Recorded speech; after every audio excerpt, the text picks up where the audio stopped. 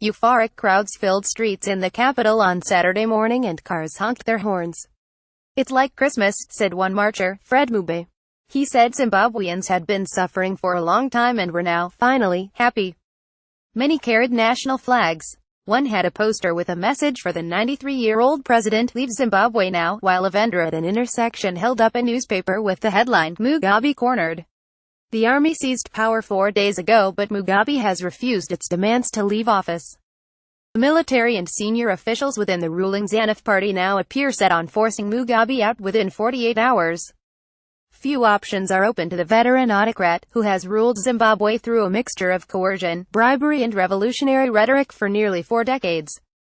Support in some branches of the security establishment, such as the police, has evaporated and many political supporters have been detained.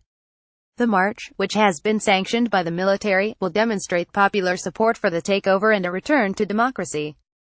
However, moves within ZANU may prove the decisive factor in forcing Mugabe to step down. By late Friday afternoon, all 10 of the country's provincial ZANU branches had passed motions of no confidence in the president. These could lead to Mugabe being stripped of office by Sunday, one official told The Guardian. The state broadcaster ran a headline, "ZANU call for Mugabe to step down," which would have been unthinkable a week ago, underlining the pace of change in the small southern African state. Earlier on Friday, Mugabe, who had been confined to his residence in the upscale neighborhood of Borrowdale since the takeover, attended a university graduation ceremony on the outskirts of Harare. Clad in academic gown and hat, he walked slowly in a procession on a red carpet to a podium as a marching band played. He was applauded as he announced the opening of the ceremony. On Friday morning, an army statement describing significant progress was broadcast on national television and published by state-run media. The statement appeared to have been aimed at quelling growing concerns that the military takeover could descend into chaos. Saturday's march was organized by the powerful associations representing veterans of the former British colonies' liberation wars. At a press conference on Friday, Chris Muvangwa, a leader of Zimbabwe's war veterans, said the president would not be allowed to remain in power.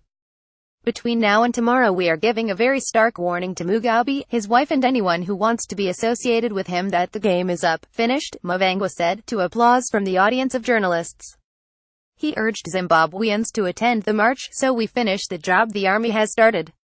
The main opposition party, the Movement for Democratic Change, said the military takeover resonated with the national public sentiments and was hence irreversible in effect and fact. Dumizo Dibengwa, a former Home Affairs Minister and Liberation War veteran, congratulated the military on the initiative they took to block the rise of Grace Mugabe, the president's 52-year-old wife. 99% of people want Mugabe to go. He is no longer in charge. Grace is in charge and Zimbabweans cannot fold their arms and let a character of that nature to lead. She had to be stopped. Dibengwa told reporters in Johannesburg, South Africa. Since taking power, the military has arrested about a dozen senior officials and leading members of the G40, a faction of ZANU who are loyal to the First Lady. Grace Mugabe has not been seen since the takeover. Sources told The Guardian she was in her husband's Harare residence when he was detained on Tuesday. The takeover is thought to have been prompted in part by fears among the military and its allies within the ruling party of an imminent purge of rivals of the president's wife, which would allow her to exercise greater power. The army has said the takeover was a temporary measure to target criminals around Mugabe, resolving a succession battle that has pitted Grace Mugabe against the former vice-president Emmerson Mnangagwa. Mnangagwa was reported to have returned to Zimbabwe from South Africa, where he fled last week after being stripped of his office by the president as part of the apparent purge. Opposition officials told The Guardian they believed there would eventually be a deal allowing Mnangagwa to be appointed president, leading a transitional government that would include senior opposition leaders in top posts. Associates of the First Lady detained during the takeover would be prosecuted in accordance with law, the official said.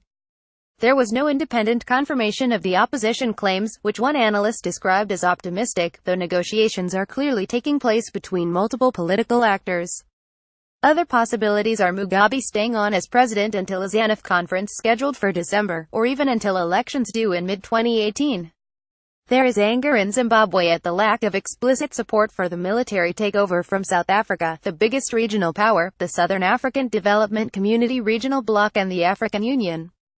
Ian Khama, the president of neighboring Botswana, said on Friday that the military intervention was an opportunity to put Zimbabwe on a path to peace and prosperity. He said, "I don't think anyone should be president for that amount of time. We are presidents, we are not monarchs. It's just common sense."